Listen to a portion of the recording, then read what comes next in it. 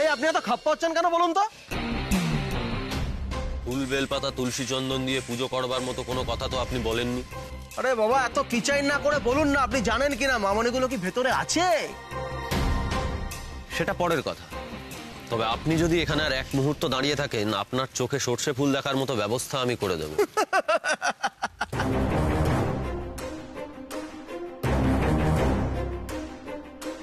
এত তেজ? হ্যাঁ, এত তেজ কেন? ওই ভেতরে দুষ্টু মিষ্টি মামনিগুলোর মধ্যে তোমার গার্লফ্রেন্ড আছে বুঝি? আছে আছে, ঠিক ধরেছি, আছে। একে মামনিদের অত তেজ, তার উপর তাদের বয়ফ্রেন্ড, বডিগার্ড। আর পারি না, আর পারি না বাবা।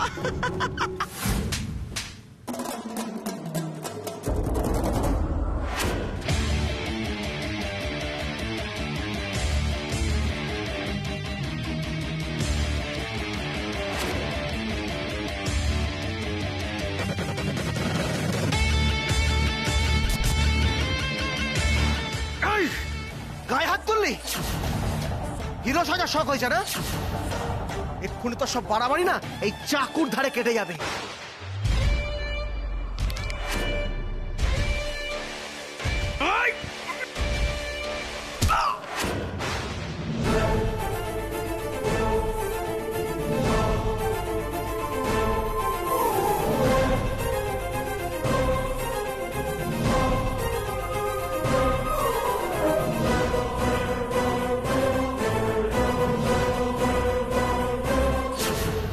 কি হলো? সব দম শেষ? কাজটা ভালো করলি না। হ্যাঁ, এবার দেখ আমি কি করি। তোর এই মামনিদের বডিগার্ড সমেত আমি কেওড়া তলায় পাঠাবো। আচ্ছা, নিজের ভালো চাইলে এখান থেকে এক্ষুনি চলে যাও। গণধোলাইয়ের সঙ্গে কিন্তু হাজত বাস ফ্রি পাবে। এই তোকে তো আমি ছাড়বো না, তোকে তো আমি ছাড়বো না।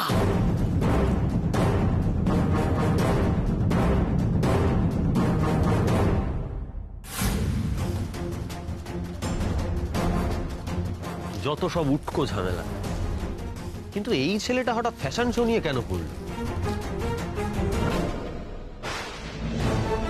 উর্মির সঙ্গে এর কোনো কানেকশন নেই তো?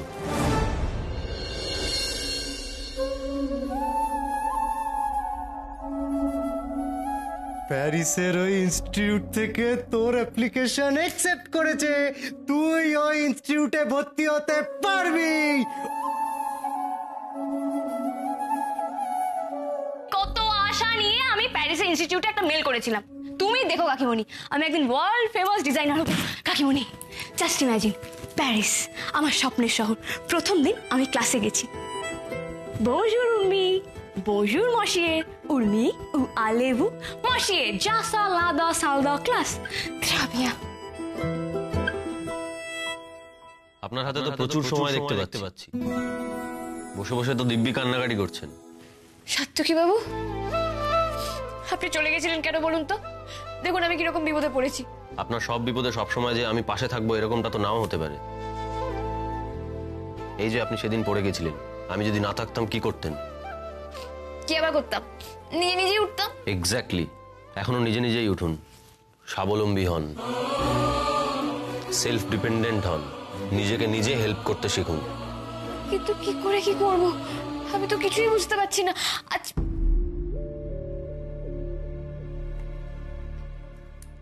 আপনি সত্যি সত্যি এলেন না সাত্তকী বাবু? তারপর আমি কি করব কিছুই তো বুঝতে পারছি না। Next participant Aindrila Mukherjee.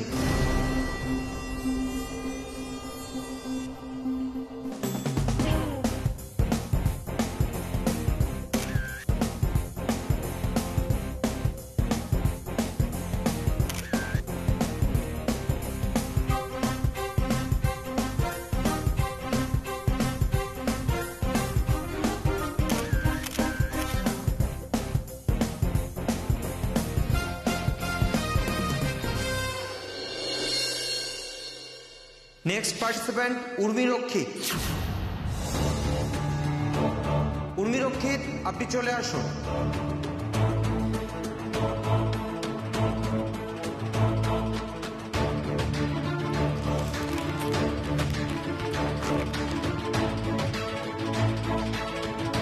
সাত্যকী বাবু, আপনি আমাকে সলিউশন দেওয়ার নামে কি কনফিউজ করে দিয়ে চলে গেলেন?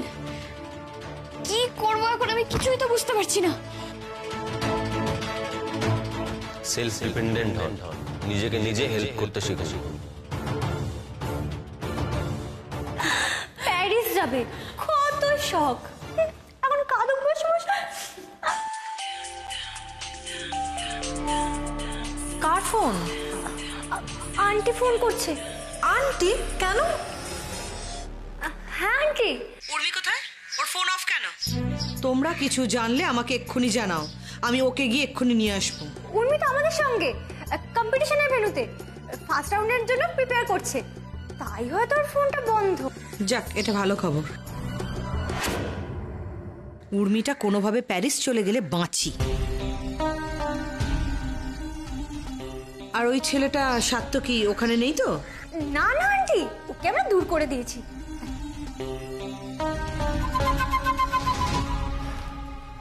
উর্মি তো ফোনটাও বন্ধ রেখেছে। কতক্ষণ লাগবে জানতে পারলে ভালো হতো। ওদিকে বাড়িতেও না ফেরা নিয়ে নানান কথাবার্তা শুরু হয়ে গেছে। গুড, ওই ছেলেটি যেন উর্মির ধারে কাছে না ঘেঁষে, ওকে চোখে চোখে রাখবে। ঠিক আছে আন্টি। যাক, উর্মি কম্পিটিশনে আছে আর সাত্যকীও কাছাকাছি নেই, শুনেও শান্তি হচ্ছে। এবার উর্মি একটা উপকার করুক, জীবনে অন্তত একবার কম্পিটিশনে জিতে এখান থেকে দূর হয়েছে। আন্টি চাই উর্মি এই কম্পিটিশনে জিতুক, কিন্তু উর্মি এই কম্পিটিশনে জিততে পারবে না। আর এই কম্পিটিশনে হেরে গিয়ে ওর মোরাল চিরকালের মতন ভেঙে যাবে।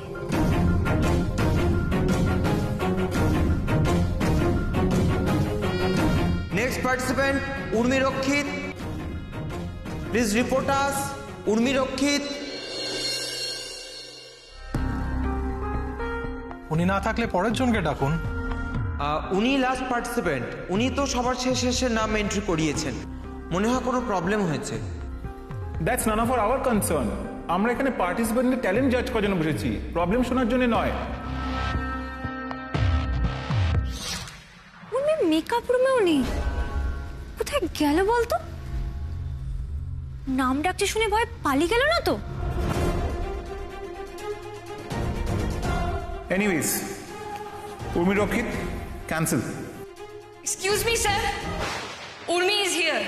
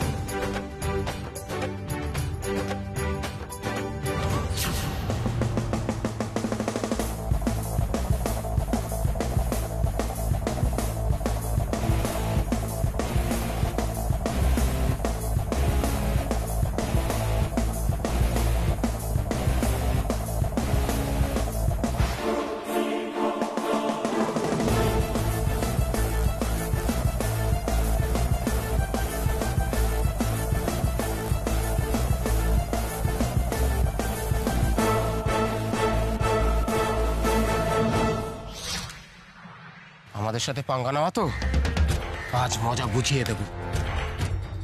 আজ এখানে আগুন জ্বলবে, আগুন। আর সবার আগে ওই মেয়েটাকে খুঁজে বার করতে হবে। চল ভাই।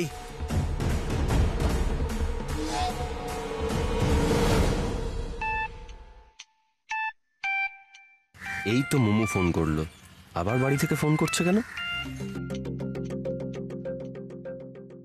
হ্যালো, কি ব্যাপার বলতো তোর টুকাই, আমাকে সত্যি করে বল। কিসের ব্যাপার মা?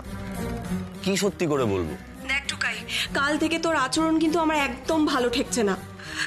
আমার মন বলছে তুই তুই আমার থেকে কিছু লুকোচ্ছিস। দেখ বাবা, তুই যদি কিছু লুকোস আমার থেকে, আমি ঠিক বুঝতে পারি, জানিস তো। মা কিছু একটা সন্দেহ করেছে, নিশ্চয়ই ছোটকা কিছু একটা বাড়াবাড়ি করেছে। কিন্তু আমি যে সারা রাত উর্মির সঙ্গে ছিলাম সেটা তো মাকে বলা যাবে না। কি হলো টুকাই, তুই চুপ করে আছিস কেন? মা, তুমি অকারণ চিন্তা করছো। আমি হোটেলের পেমেন্টটা নিয়েই ফিরে আসবো। এতগুলো টাকা কি ছেড়ে আসা যায় বলো? আচ্ছা ঠিক আছে। আচ্ছা টুকাই, শোন না, বলছি কি তুই তুই একাই আছিস তো? না, হ্যাঁ হ্যাঁ একাই আছি, আবার সঙ্গে কে থাকবে? না না কিছু না, তুই তাড়াতাড়ি ফিরে আয় কেমন?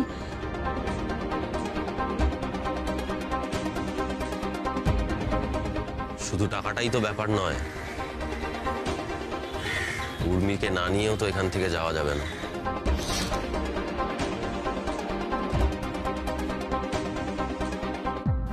সো ইউ আর উর্মি রক্ষী? Yes sir. তোমার মডেল কোথায়? আমি আমার model sir. May I proceed? Sure. Thank you sir.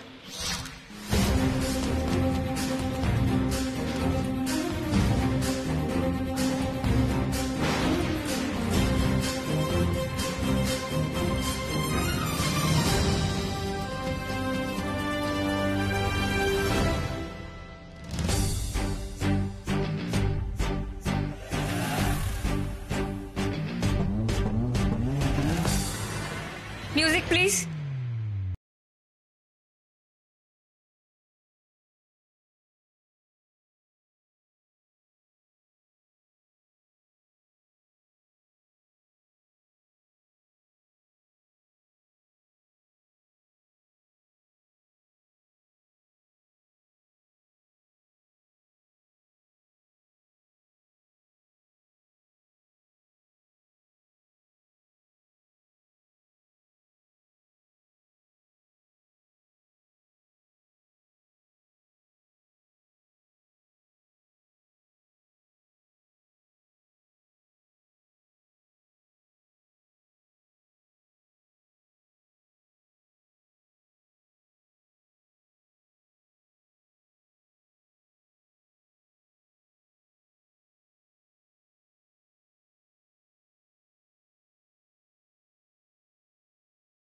কম্পিটিশনের নিয়ম হচ্ছে পার্টিসিপেন্টকে নিজের মডেল নিয়ে আসতে হবে, কিন্তু পার্টিসিপেন্ট যে নিজেই মডেল হয়ে আসতে পারবে এমন তো কোথাও লেখা নেই, আবার আসতে পারবে নাও এমনও লেখা নেই। কিন্তু যাই হোক, তোমার ড্রেসটা ওয়াজ আউটস্ট্যান্ডিং। তোমার ড্রেসটা তো সুন্দর, মানে বাকিদের থেকে একদম আলাদা। তোমার ড্রেসটা তো সুন্দর বলেই আমরা হয়তো তোমাকে মডেল ছাড়া অ্যালাউ করেছি। Anyways, congratulations, you are in.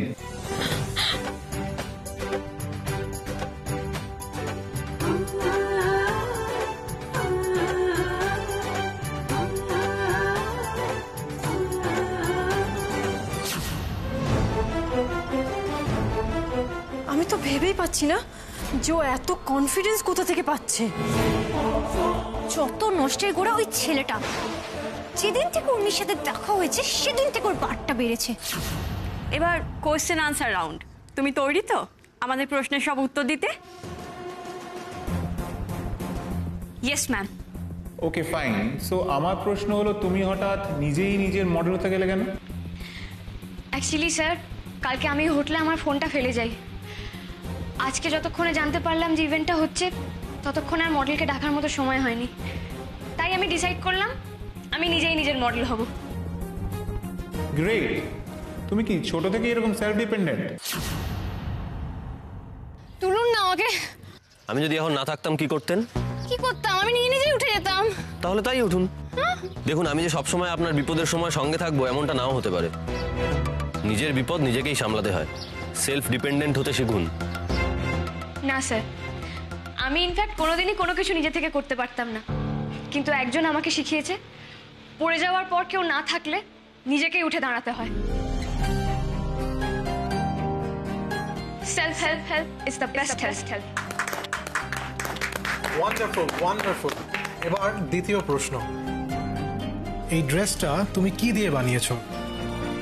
এই ড্রেসটা আমি আমার ঠাকুমার শাড়ি দিয়ে বানিয়েছি। হোয়াট? ইয়েস স্যার, সত্যি। এই পুরো ড্রেসটা আমার ঠাকুমার বিয়ের বেনারসি দিয়ে বানানো। সত্যি খুব সুন্দর। কিন্তু এই আইডিয়াটা তোমার মাথায় এলো কিভাবে? আমার মনে হয় যদি তোকে কম্পিটিশনে জিততে হয় তাহলে তোকে ডিফারেন্ট কিছু ভাবতে হবে। মানে ডিফারেন্ট কোনো মেটেরিয়াল তোকে ইউজ করতে হবে। সময়ের সঙ্গে সঙ্গে সব জিনিসই পুরনো হয়, তাই বলে তাকে বদলে ফেলতে হবে এমনটা আমি বিশ্বাস করি না। বরং সময়ের সঙ্গে সঙ্গে জিনিসটার প্রতি মায়া বাড়ে। অ্যাকচুয়ালি ম্যাম, আমাকে একজন শিখিয়েছিল জিনিস পুরনো হলে সেটা ফেলে দিতে নেই, বরং জিনিস পুরনো হলে তার উপর মায়া বাড়ে। সেখান থেকে আমার এই আইডিয়া। Good, very good. তা তিনি তোমাকে যে শিখিয়েছেন self help is the best help? Yes sir. Nice, বলতেই হচ্ছে তুমি তোমার জীবনে খুব ভালো একজন টিচার পেয়েছো। আচ্ছা বলো তো, তোমার জীবনে সব থেকে ভ্যালুয়েবল জিনিসটা কি? খুব ভেবে উত্তর দেবে কিন্তু। আমি এই কোয়েশ্চেনটা আগে অনেককে করেছি, কিন্তু খুব একটা স্যাটিসফ্যাক্টরি উত্তর এখনো অবধি পাইনি। এইভাবে প্ল্যানটা ভেস্তে গেল, আমি তো মেনেই নিতে পারছি না বাবলি। চাপ নিস না, উর্মি একটা ইডিয়েট, ওই প্রশ্নের উত্তর দিতেই পারবে না।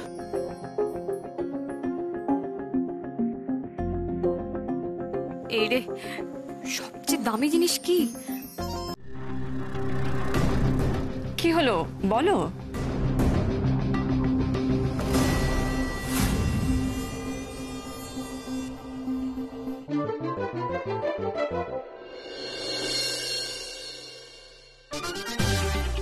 প্লিজ ইমাজিনেশনের সার্থকী বাবু, বকাবকি না করে উত্তরটা বলে দিন। বারবার হেল্প করুন বলতেও তো কেমন একটা ইয়ে লাগে। কি তাকিয়ে তাকিয়ে দেখছেন, বলুন না আনসারটা। এই সোজা জিনিসটা পারছেন না? কি বলেছিলাম? কি বলেছিলেন?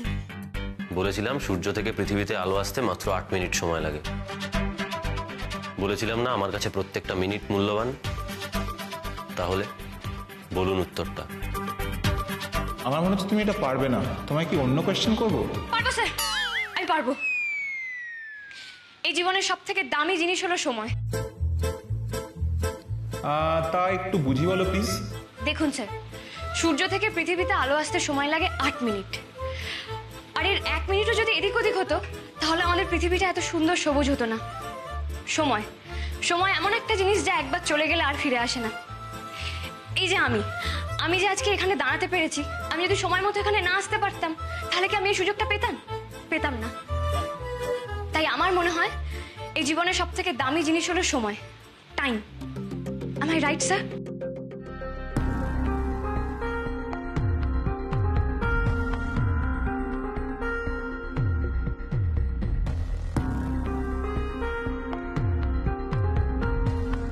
এই যা, এটা কি হলো সাত্তকী বাবু? আপনি আমাকে ভুলভাল উত্তর বলে চলে গেলেন।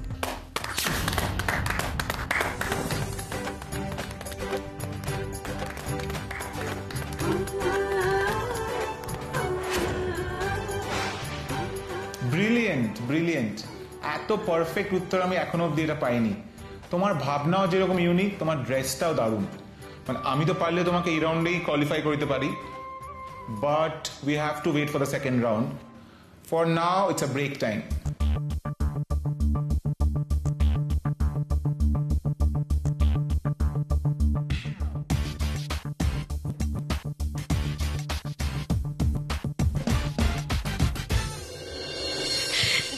দেখলি বাবলি, সবাই আমাকে কত ভালো ভালো বললো। হ্যাঁ, ভাগ্যে সময় মতো সবকিছু মাথায় চলে এসেছিল।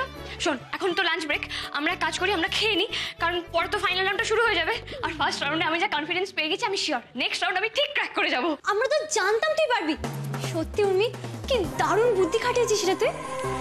চল আমরা কি খেয়ে আসি। আচ্ছা উর্মি, শোন না, তোর জ্যাকেটটা না কিরম কুচকে গেছে, এটা পরে পরের রাউন্ডে গেলে খুব খারাপ দেখতে লাগবে। তুই না খেয়ে আয়, আমরা ততক্ষণ এটা আয়রন করে দিচ্ছি। তোরা খাবি না? আগে তোকে জেতাই, তারপর আমরা খাবো।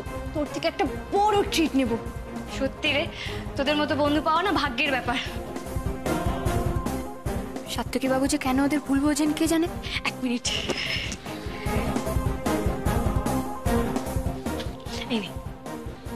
আমি চললাম, তোরা আয়। হ্যাঁ, টাটা।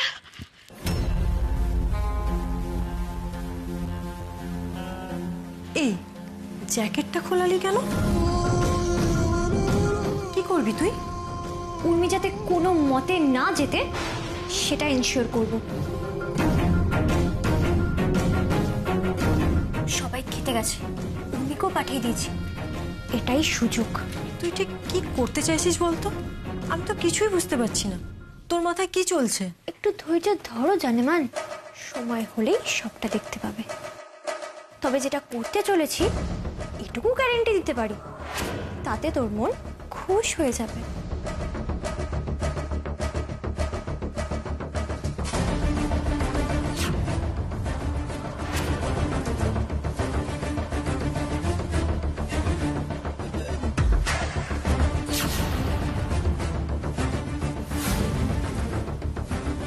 আমার জন্য দুজনে নাকি ওরা না খেয়ে থাকবে, বললেই হলো।